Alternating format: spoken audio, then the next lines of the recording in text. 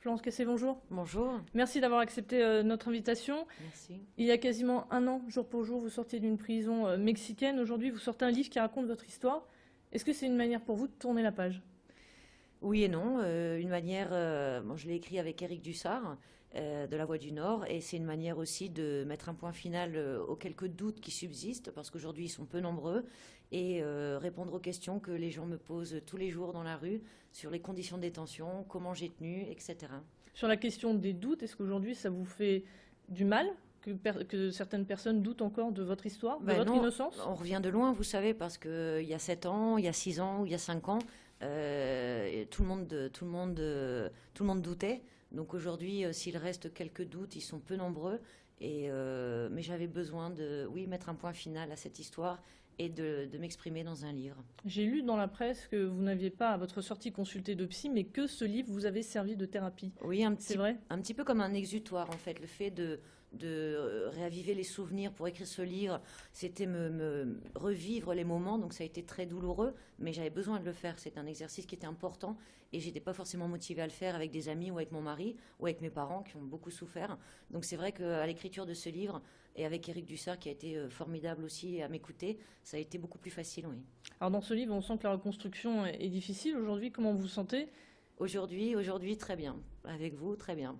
Est-ce que vous avez comment s'est déroulée, on va dire, cette réadaptation? Je sais qu'il y a eu des moments difficiles. Oui, j'en parle beaucoup dans le livre. C'est vrai que je suis passée par des hauts et des bas, mais là, je suis très contente d'être à Lille. Je suis née à Lille, Bah donc oui. ma région, d'être avec les gens du Nord, et je suis vraiment très heureuse d'être là aujourd'hui. Est-ce qu'on peut dire qu'un jour cette cicatrice va se refermer? Non, c'est comme une cicatrice. Elle va rester. Je vais vivre avec, et puis elle s'atténuera avec le temps, comme une cicatrice, mais elle sera toujours là. Elle fait partie de moi maintenant. Avec du recul, qu'allez-vous retenir finalement de cette histoire? Est-ce que ça vous a renforcé quelque part? Est-ce que ça vous a affaibli? Est-ce que votre caractère a changé? Oui, bien sûr, je me suis affirmée, affinée aussi.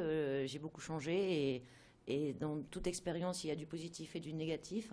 Aujourd'hui, j'ai plus envie de voir le positif et il y en a énormément du positif. Alors aujourd'hui, vous vivez à 100 à l'heure, vous êtes marié, Oui. vous cherchez du travail Oui, également, enfin ça, je m'y replongerai dans quelques dans quelques temps, semaines, oui. une fois que le livre sera... Exactement, exactement. Aujourd'hui, j'ai beaucoup de séances de dédicaces, d'interviews prévues, donc j'ai vraiment envie de me dédicacer à ça pleinement, être là pour ce livre. Et Et après, votre manière de vivre cette vie à 100 à l'heure, c'est un peu pour rattraper tous les moments et tous les instants que bien vous avez sûr. plus ou moins perdus? Bien sûr, parce qu'il y a des soirs où je suis fatiguée, je me dis non, je n'ai pas envie de sortir, et puis je me dis non, flûte, j'étais tellement enfermée, j'en rêvais de pouvoir sortir avec des amis que je prends sur moi et je sors, je profite, oui, à 100 à l'heure. Est-ce que vous allez retourner au Mexique? Non, c'est pas prévu du tout.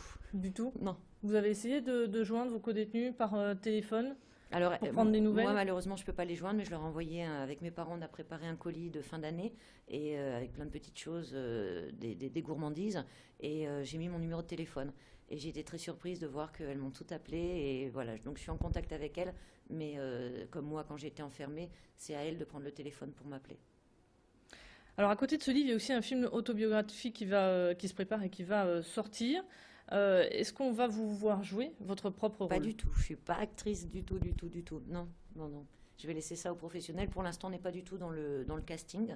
On est encore à l'écriture du scénario, qui est vaste, parce que ce sont 7 ans de prison avec une histoire policière, juridique, médiatique, politique très compliquée. Mais on va réussir à résumer ça dans un beau, grand film. Dans la presse, on parle de Marion Cotillard, vous confirmez? Oui, tout le monde pense à elle, Oui. donc, mais non, mais c'est pas du tout de Vous en nous, savez rien? c'est pas sorti. Mm, mm. Est-ce que vous savez si le film sera tourné au Mexique? Non, ça c'est pas possible non plus, puisque je dois y être lors des tournages pour la supervision, Mhm. pour conseil. Mais non, non, non, moi je vais pas au Mexique, même pour le film, je n'irai pas. Alors on sait que vous peignez. Est-ce que vous Oui. peignez encore? Est-ce que vous Bah, peignez là, j'ai pas toujours? trop eu le temps ces derniers jours, mais j'ai hâte de rentrer chez moi et de m'y remettre, oui. Oui. Est-ce qu'on va avoir l'occasion d'avoir une exposition de Florence Mais Cassé sur la j'aimerais beaucoup, métropole et pourquoi lilloise? pas sur l'île? Oui, ce serait une grande idée, ça. Bah, avec plaisir. En tout cas, aujourd'hui, qu'est-ce qu'on peut vous souhaiter pour cette nouvelle année? On est encore au mois de janvier, donc bonne année à vous. Et Merci, bah, pour de cette même, année, bonne année à tous ceux qui nous regardent, tous ceux qui m'écoutent. Bah, que du bonheur, la santé, et beaucoup de bonheur, et beaucoup d'espoir aussi. Un message d'espoir, moi, je voudrais faire passer aux gens, toujours y croire, jamais lâcher. un bébé pour vous? Ah bah s'il arrivait, ce serait bien aussi, mais voilà, c'est pas dans mes priorités, on dira.